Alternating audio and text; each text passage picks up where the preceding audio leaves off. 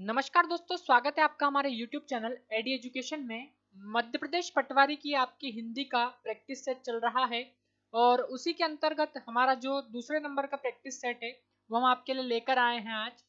तो नए पैटर्न पर आधारित बिल्कुल प्रश्न है इसमें और इसके पहले प्रश्न पर चलते हैं। पहला प्रश्न क्या है आज का, ये देख लेते हैं। एसएससी जीडी के लिए और एमपी पटवारी के लिए स्पेशल सामान्य हिंदी का प्रैक्टिस सेट हम आपके लिए लेकर आए हैं। इसकी एक क्लास हो चुकी है, यानी कि एक प्रैक्टिस सेट हो चुका है। दूसरा प्रैक्टिस सेट आज लेकर आए हैं हम आपके लिए। तो पहला प्रश्न आपके सामने स्क्रीन पर है। प्रश्न क्या है हमको देखना है, छायावादी काव्य धारा के प्रमुख कवि कौन है। ये आपको बताना है कि छायावादी जो काव्य धारा है उसके प्रमुख कवि कौन है। पहला प्रश्न आपके सामने स्क्रीन पर है, कमेंट बॉक्स में आप इसका आंसर बता सकते हैं। इसका पहला ऑप्शन है जयशंकर प्रसाद है, दूसरा है धर्मवीर भारती जी हैं, भारत भूषण जी है या रामविलास शर्मा जी है। इस प्रश्न का जो सही आंसर होगा वो क्या होगा, ये आपको बताना है। तो छायावादी काव्य धारा के प्रमुख कवि कौन कौन से हैं।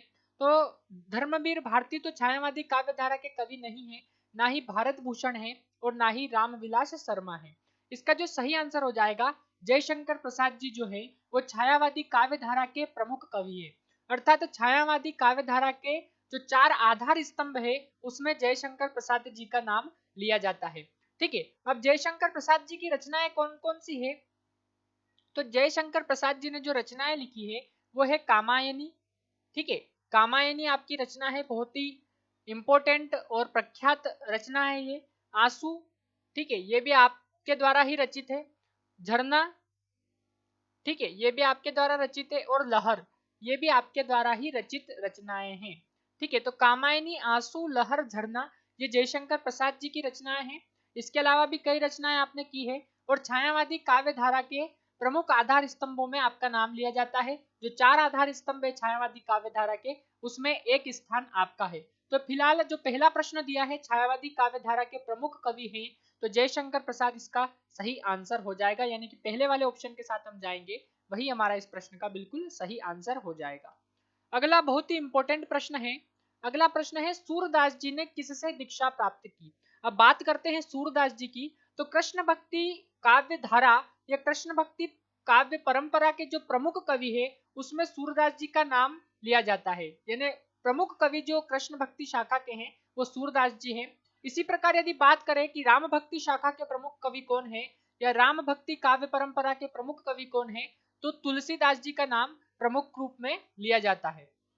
यहाँ पूछा है सूरदास जी ने किससे दीक्षा प्राप्त की, तो किससे दीक्षा प्राप्त की, पहला ऑप्शन है माधवाचार्य जी से, दूसरा शंकराचार्य जी से, तीसरा वल्लभाचार्य जी से और चौथा रामानुजाचार्य जी से। ठीक है, तो ना तो माधवाचार्य जी से सूरदास जी ने दीक्षा प्राप्त की, ना शंकराचार्य जी से दीक्षा प्राप्त की और ना ही रामानुजाचार्य जी से दीक्षा प्राप्त की। इसका जो सही आंसर होगा तीसरा वाला ऑप्शन, वल्लभाचार्य जी से सूरदास जी ने दीक्षा प्राप्त की थी। ठीक है, अब यहाँ पर आपकी जो सूरदास जी है वो हमने आपको बताया ही है कि कृष्ण भक्ति शाखा के प्रमुख कवि हैं और इनने किससे दीक्षा प्राप्त की थी, तो वल्लभाचार्य जी से दीक्षा प्राप्त की थी। यानी कि जो तीसरा वाला ऑप्शन रहेगा वही हमारा इस प्रश्न का सही आंसर हो जाएगा। अगले प्रश्न का रुख करते हैं। अगला प्रश्न आपके सामने स्क्रीन पर बहुत ही इंपॉर्टेंट प्रश्न है, स्वतंत्र भारत की राष्ट्रलिपि है। ये बहुत ही सिलेक्टेड और इंपॉर्टेंट एडवांस प्रश्न आपके लिए लेकर आए हैं जो पिछली परीक्षाओं में पूछे गए हैं। इनका एनालिसिस करके हम यह प्रश्न लेकर आए हैं जिनके आने की संभावना आपकी जो पटवारी की परीक्षाएं हैं, एसएससी जीडी की जो चल रही है परीक्षाएं, उसमें है। तो ये सामान्य हिंदी का बहुत ही इंपॉर्टेंट और एडवांस लेवल का स्पेशल क्लास हम आपके लिए लेकर आए हैं प्रैक्टिस सेट के रूप में। तो प्रैक्टिस सेट लगाएं और 25 में से आपके कितने मार्क्स आते हैं ये आप देख सकते हैं। ठीक है, तो कमेंट बॉक्स में आपको बताना है कि 25 में से 24 आप ला पाए हैं, 23 ला पाए हैं, 20 ला पाए, 18 ला पाए। तो आपको कमेंट बॉक्स में इसका आंसर देना है। फिलहाल प्रश्न है, स्वतंत्र भारत की राष्ट्रलिपि है, स्वतंत्र भारत जो है उसकी राष्ट्रलिपि क्या है। तो पहला ऑप्शन है यहाँ पर मुंडा, दूसरा है कैथी, तीसरा रोमन और चौथा है देवनागरी। ठीक है, तो स्वतंत्र भारत की जो राष्ट्रलिपि है वो ना तो मुंडा है, ना कैथी है और ना ही रोमन है। देवनागरी लिपि जो है वो स्वतंत्र भारत की राष्ट्रलिपि है। ठीक है, तो यहाँ पर देवनागरी लिपि में कौन कौन सी भाषाएं लिखी जाती है, तो संस्कृत भाषा की लिपि देवनागरी है, हिंदी भाषा की लिपि देवनागरी है, मराठी भाषा की लिपि देवनागरी है। ठीक है, तो स्वतंत्र भारत की राष्ट्रलिपि है ये पूछा है हमसे, तो देवनागरी इसका सही आंसर हो जाएगा। चौथे वाले ऑप्शन के साथ हम जाएंगे, वही हमारा इस प्रश्न का सही आंसर हो जाएगा। अगला प्रश्न है रोमन निम्नलिखित में से किस भाषा की लिपि है? चौथा प्रश्न आपके सामने स्क्रीन पर है। पहला है इसका ऑप्शन हिंदी, दूसरा पंजाबी, तीसरा रूसी और चौथा है अंग्रेजी। तो रोमन निम्नलिखित में से किस भाषा की लिपि है, ये आपसे प्रश्न पूछा है, इसका आंसर आपको बताना है। तो ना तो हिंदी भाषा की लिपि है, ना पंजाबी की लिपि है और ना ही रूसी भाषा की लिपि है। रोमन जो है वो अंग्रेजी भाषा की लिपि है। ठीक है, यानी कि चौथा वाला जो ऑप्शन रहेगा वही हमारा इस प्रश्न का बिल्कुल सही आंसर हो जाएगा। ठीक है, अगला प्रश्न है डोंगा शब्द है, संकर शब्द है, तत्सम शब्द है, तद्भव शब्द है या देशज शब्द है? ठीक है, डोंगा जो शब्द है वो कौन सा शब्द है? तो ना तो संकर शब्द होगा डोंगा, ना तत्सम होगा। ठीक है, तत्सम का अर्थ क्या होता है? तत् धन सम, अर्थात के समान या संस्कृत के समान। ऐसे शब्द जो संस्कृत के समान होते हैं वो तत्सम कहलाते हैं। ऐसे शब्द जो संस्कृत से लिए गए हैं और उन्हें हिंदी में हमने अपना लिया है लेकिन वे संस्कृत से लिए गए हैं जो कि तो वो आपके तद्भव शब्द कहलाते हैं। और देशज जो हमारे देश में ही जन्मे हो ऐसे शब्दों को देशज शब्द कहते हैं। तो डोंगा शब्द ना तो संकर, ना तत्सम, ना तद्भव, ये देशज शब्द होगा, यानी कि देश में जन्मा शब्द ही है डोंगा। ठीक है, तो डोंगा शब्द है, तो चौथा वाला ऑप्शन इस प्रश्न का सही आंसर आ जाएगा, देशज शब्द होगा डोंगा शब्द। अगला प्रश्न है, छठा प्रश्न आपके सामने स्क्रीन पर है। हिंदी में बहुप्रचलित अदालत शब्द है। हिंदी में बहुप्रचलित अदालत शब्द है। अदालत शब्द हिंदी में बहुप्रचलित शब्द है और ये कौन सा है? ये उर्दू का शब्द है, हिंदी का शब्द है, ईरानी शब्द है या अरबी शब्द है? ठीक है, तो ये जो है आपका शब्द ना तो उर्दू शब्द है, ना हिंदी शब्द है, ना ईरानी शब्द है, ये अरबी शब्द है। यानी कि जो चौथा वाला ऑप्शन रहेगा वही हमारा इस प्रश्न का बिल्कुल सही आंसर हो जाएगा। अगला प्रश्न है सातवां प्रश्न, सूर्य शब्द उत्पत्ति के आधार पर किस प्रकार का है? यानी कि ये तत्सम है, तद्भव है, देशी है या विदेशी है? इसका आंसर आपको बताना है। ठीक है, तो सूर्य शब्द उत्पत्ति के आधार पर किस प्रकार का है, ऐसा प्रश्न है, चार ऑप्शन है। तो सूर्य शब्द आपका जो है तत्सम शब्द होगा। ठीक है, ना तो तद्भव होगा, ना देशी होगा और ना ही विदेशी होगा। सूर्य शब्द जो है वो तत्सम शब्द होगा। अब यहाँ पर सूर्य के आपके पर्यायवाची शब्द हम बताते हैं आपको, रवि, ठीक है, भास्कर, दिनकर, ये आपके सूर्य के पर्यायवाची शब्द है। उसके अलावा आदित्य भी सूर्य को ही कहा जाता है। ठीक है, तो रवि, भास्कर, दिनकर, आदित्य ये सब आपके सूर्य के पर्यायवाची शब्द होते हैं। इसके अलावा भी कई शब्द होते हैं।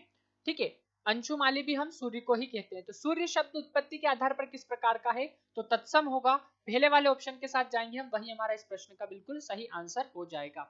अगला प्रश्न है आठवां प्रश्न, दिए गए विकल्पों में से अर्ध के तद्भव शब्द को ज्ञात कीजिए। यानी कि जो शब्द दे रखा है अर्ध, उसका तद्भव रूप बताना है। तद्भव शब्द क्या होगा अर्ध का, वो बताना है। तो अर्ध होगा, नहीं होगा, आध होगा, नहीं होगा, हाफ होगा, नहीं होगा, आधा होगा, बिल्कुल होगा। तो अर्ध का जो तद्भव रूप होगा वो क्या होगा? आधा। अर्ध जो दिया है वो तत्सम रूप है, अर्थात संस्कृत का शब्द है। अब हमको इसका तद्भव रूप बताना था, तद्भव शब्द बताना था, तो आधा जो है तीसरे नंबर का ऑप्शन वही हमारा इस प्रश्न का बिल्कुल सही आंसर हो जाएगा। अगला प्रश्न उपसर्ग से रिलेटेड है। चिरायु शब्द में प्रयुक्त उपसर्ग बताना है। बहुत ही इंपॉर्टेंट टॉपिक है उपसर्ग, इससे रिलेटेड प्रश्न आपके परीक्षा में पूछे जाते हैं। तो चिरायु शब्द में प्रयुक्त उपसर्ग होगा ची, चिर, यु या आयु। तो चिर धन आयु बराबर क्या हो जाता है आपका? चिरायु। चिर धन आयु बराबर क्या हो जाता है? चिरायु। तो वे शब्दांश जो किसी शब्द के अंत में जुड़कर एक नए शब्द का निर्माण करते हैं उन्हें क्या कहते हैं?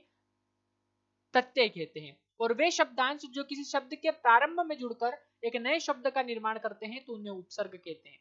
ठीक है, तो इन दोनों में डिफरेंस आपको पता होना चाहिए। फिलहाल पूछा उपसर्ग बताइए चिरायु में, तो चिरायु में जो आयु है आपका वो मूल शब्द है और चिर उपसर्ग होगा। तो दूसरे वाले ऑप्शन के साथ हम जाएंगे, वही हमारा इस प्रश्न का बिल्कुल सही आंसर हो जाएगा, ना कि पहला ऑप्शन, तीसरा ऑप्शन और चौथा ऑप्शन। अगला प्रश्न है 10वां प्रश्न, आई प्रत्यय किस शब्द में? बहुत ही इंपॉर्टेंट प्रश्न है, कई बार परीक्षाओं में ये वाला प्रश्न आपका पूछा हुआ है। तो आई प्रत्यय किस शब्द में है? टिकाऊ में है, उड़ाऊ में है, खिलाई में है या नाई में?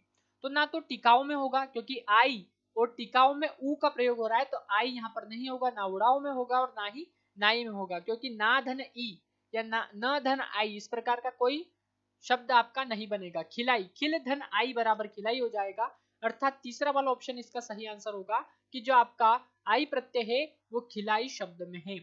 प्रत्यय किसे कहते हैं? तो वे शब्दांश जो किसी शब्द के अंत में जुड़कर एक नए शब्द का निर्माण करते हैं प्रत्यय कहलाते हैं। प्रत्यय दो प्रकार के होते हैं, एक तो कृत प्रत्यय और एक तद्धित प्रत्यय। ये प्रत्यय के बारे में आपकी जानकारी थी। फिलहाल 10वें प्रश्न का जो आंसर होगा वो होगा तीसरा वाला ऑप्शन, खिलाई में आई प्रत्यय होगा। अगला प्रश्न है, बहुत ही इंपॉर्टेंट है, वर्णमाला से रिलेटेड प्रश्न है। वर्णमाला टॉपिक आपका परीक्षा में पूछा जाता है। स्वर सहित व्यंजन बताना है, स्वर सहित व्यंजन बताना है। तो क होगा, ल होगा, ई होगा या म होगा। ठीक है, म, ई, ल और क क्या होगा?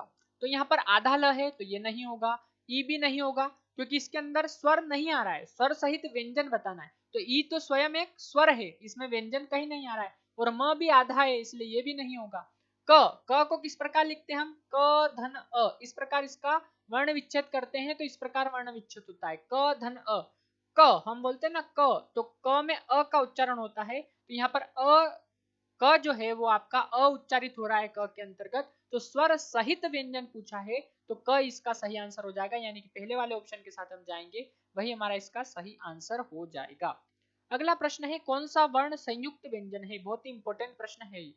कौन सा वर्ण संयुक्त व्यंजन है यह आपको बताना है। त नहीं है, छ नहीं है, य भी नहीं है, झ भी नहीं है, त भी नहीं है, छ भी नहीं है और झ भी नहीं है। य जो है आपका वो संयुक्त व्यंजन है। कैसे? जब य को हम लिखते हैं इसका वर्ण विच्छेद करेंगे हम, तो ज प्लस य, इस प्रकार से इसका वर्ण विच्छेद होता है, ज प्लस य। यहाँ पर हलंत आता है, आधा ज प्लस य बराबर क्या हो जाता है आपका? बराबर हो जाता है ज्ञ। तो ज्ञ जो है आपका वो वर्ण जो है संयुक्त व्यंजन के अंतर्गत आता है और संयुक्त व्यंजन ही पूछा है तो पहला वाला जो ऑप्शन रहेगा वही हमारा इस प्रश्न का बिल्कुल सही आंसर हो जाएगा कि ज्ञ जो है वो संयुक्त व्यंजन है। अगला प्रश्न है, सीधा अर्थ बोध कराती है। प्रसाद शब्द शक्ति, लक्षणा शब्द शक्ति, अभिधा शब्द शक्ति और व्यंजना शब्द शक्ति। तो ना तो इसमें प्रसाद शब्द शक्ति आएगा ना लक्षणा आएगा। अभिधा शब्द शक्ति जो है वो सीधा अर्थ बोध कराती है और व्यंजना शब्द शक्ति भी इसके अंतर्गत नहीं आएगा, यानी कि जो तीसरा वाला ऑप्शन रहेगा उसी के साथ हम जाएंगे, वही हमारा इस प्रश्न का बिल्कुल सही आंसर हो जाएगा, यानी कि अभिधा शब्द शक्ति जो है वो सीधा अर्थ बोध कराती है। अगला है, दीप सा मन जल चुका, इस पंक्ति में वाचक शब्द है। दीप, दीप वाचक शब्द नहीं होगा, मन वाचक शब्द नहीं होगा और ना ही आपका जो है कौन सा जल चुका, ये भी वाचक शब्द नहीं होगा आपका। तो वाचक शब्द होगा कौन सा? तो दीप सा मन जल चुका है, तो सा जो है वो आपका वाचक शब्द होगा। तीसरे वाले ऑप्शन के साथ हम जाएंगे, वही हमारा इस प्रश्न का बिल्कुल सही आंसर हो जाएगा। अगला इंपॉर्टेंट प्रश्न है, कल जो शब्द है वो किस प्रकार का है? रूढ़ है, यौगिक है या योग रूढ़ है या इनमें से कोई नहीं है? तो ना तो यौगिक होगा क्योंकि कल में किसी भी प्रकार का कोई योग नहीं हो रहा है, अर्थात किन्हीं दो शब्दों के योग से बना हुआ नहीं है, योग रूढ़ भी नहीं होगा और ना ही इनमें से कोई नहीं ऑप्शन आएगा चौथा वाला। तो यहाँ सही आंसर जो हो जाएगा, कल जो है वो आपका रूढ़ शब्द है। किस प्रकार का शब्द है? रूढ़ शब्द है कल। अगला प्रश्न देखें, तो बदन और वदन शब्द युग्म के सही अर्थ भेद का चयन करना है। तो बदन यानी आपका शरीर हो जाएगा और वदन यानी क्या हो जाएगा आपका? चेहरा हो जाएगा। ठीक है, तो तीसरे वाले ऑप्शन के साथ जाएंगे हम, वही हमारा इस प्रश्न का बिल्कुल सही आंसर हो जाएगा कि बदन यानी शरीर और वदन यानी चेहरा, ना कि दूसरा, पहला और चौथा ऑप्शन आएगा इसमें। तीसरा ऑप्शन बिल्कुल सही रहेगा, वही हमको लगाना है। पुरुषवाचक सर्वनाम के कितने भेद होते हैं? बहुत ही इंपॉर्टेंट प्रश्न है, 17वां प्रश्न। ना 2 होते हैं, ना 5 होते हैं, ना 4 होते हैं। जो भेद होते हैं वो होते हैं आपके 3 भेद होते हैं पुरुषवाचक सर्वनाम के। कौन कौन से? तो आपका जो होता है उत्तम पुरुष वाचक सर्वनाम, मध्य पुरुषवाचक सर्वनाम और अन्य पुरुषवाचक सर्वनाम। तो 3 भेद होते हैं पुरुषवाचक सर्वनाम के। जो चौथा वाला ऑप्शन है उसमें 3 भेद लिखा हुआ है, वही हमारा इस प्रश्न का बिल्कुल सही आंसर हो जाएगा।